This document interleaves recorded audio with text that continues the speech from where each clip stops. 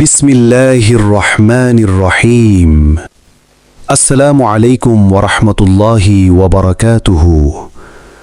প্রিয় ইমানদার মুসলিম ভাই ও বোনেরা, আজ আপনারা যে দৃশ্যগুলো দেখছেন, এটি শুধু ইট, বালু, সিমেন্ট আর রডের কাজ নয়।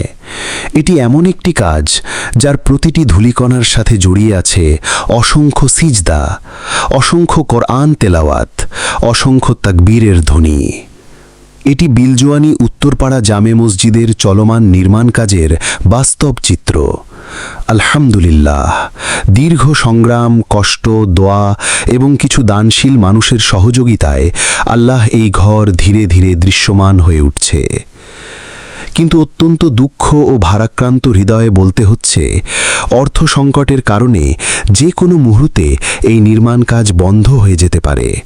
বন্ধ হয়ে যেতে পারে শ্রমিকদের হাতের কাজ, থেমে যেতে পারে আল্লাহ ঘর নির্মাণের এই পবিত্র স্বপ্ন। একটু গভীরভাবে চিন্তা করুন। আজ আমরা দুনিয়ার পেছনে কত অর্থ ব্যয় করছি।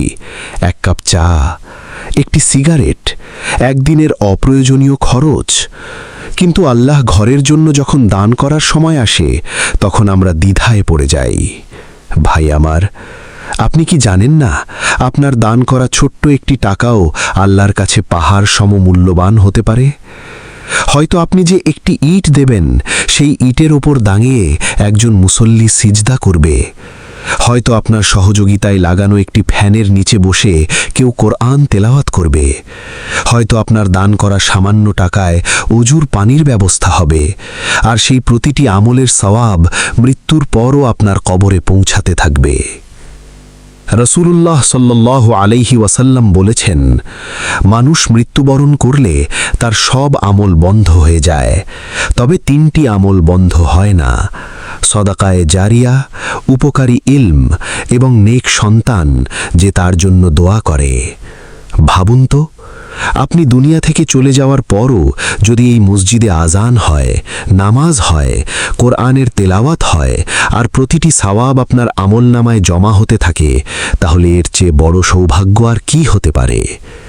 প্রিয় মুসলিম ভাইয়েরা, আজ এই মসজিদ কোনো ব্যক্তির নয়, এটি আল্লাহ ঘর। এটি পুরো এলাকার ঈমানের কেন্দ্র।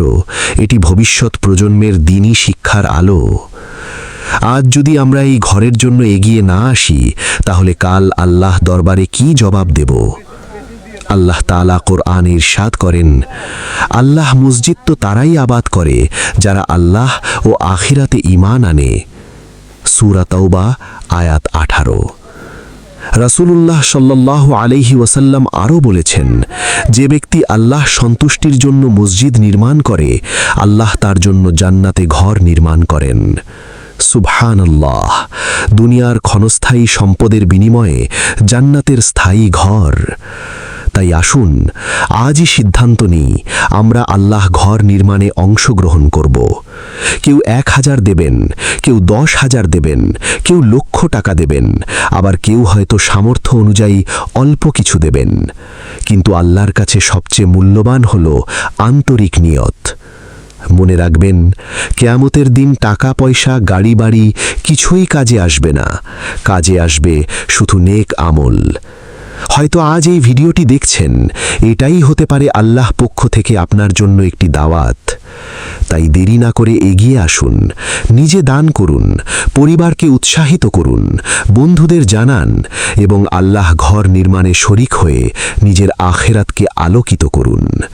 হে আল্লাহ, যারা এই মসজিদ নির্মাণে দান করছেন, তাদের রিজিকে বরকত দিন, তাদের গুনাহ মাফ করে দিন, তাদের পরিবারকে নিরাপদ রাখুন এবং এই দানকে তাদের নাজাতের উসিলা বানিয়ে দিন।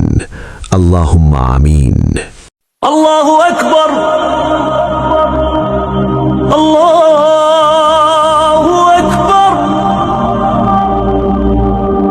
আল্লাহু আকবার, আল্লাহু আকবার। আশহাদু আন লা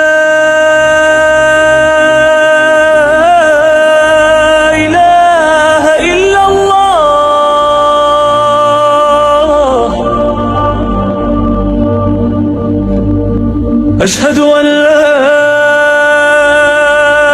إله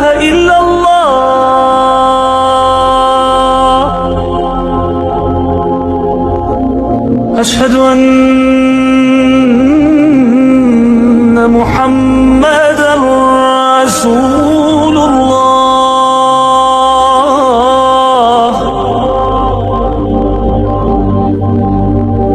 أشهد أن محمدا رسول الله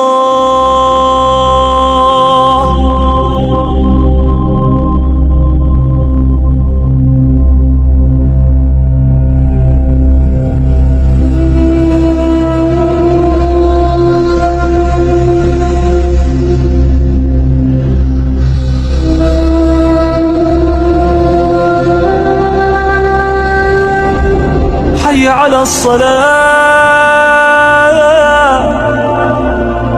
حي على الصلاة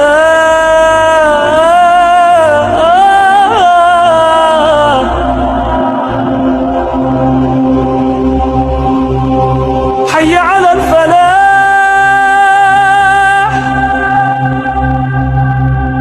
حي على الفلاح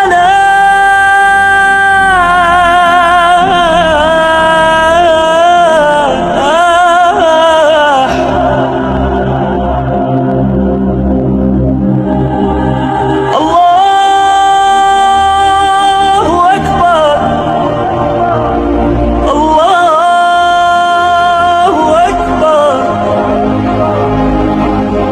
لا إله إلا الله কুরবানি করে।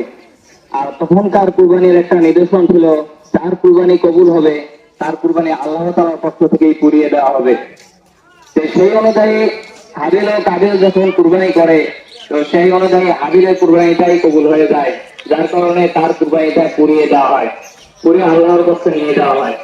তো এই প্রচলনটা সেই সময় ছিল, যার কারণে তারা বুঝতে পারতো যে কার কুরবানি কবুল হইতেছে আর কার কুরবানি কবুল হইতেছে না। তো এই নিয়মটা যদি আমাদের যুগে থাকতো, তাহলে আমরা বুঝতে পারতাম যে কার কুরবানিটা কবুল হইতেছে, কে আল্লাহ তাআলার নৈকট্য অর্জনের জন্য কুরবানি দিতেছে, আর কে লোক দেখানোর জন্য বা আমার কাছে টাকা আছে তাই কুরবানি দিতে হবে, এই জন্য আমি কুরবানি দিতেছি। এগুলো জিনিসগুলো বুঝে আসতো যদি ওই নিয়মটা থাকতো। কিন্তু এগুলো নিয়ম ওই সময় শেষ হয়ে গেছে। পরবর্তীকালে যখন হযরত ইব্রাহিম আলাইহিস সালাম এর যে অনুযায়ী কুরবানি হয়েছে, সেই অনুযায়ী আমাদের কুরবানিটা প্রচলিত হয়। এই কারণে এই কুরবানিকে বলা হয় যে হযরত ইব্রাহিম আলাইহিস সালামের সুন্নাত। এই কুরবানিটা কি যদি বলে এই কুরবানিটা কি, তাহলে আমরা সবাই বলবো যে এটা আমাদের জাতীয় পিতা হযরত ইব্রাহিম আলাইহিস সালামের সুন্নাত। তাহলে আমরা বুঝতে পারলাম কুরবানি কাকে বলে এবং কুরবানি কি।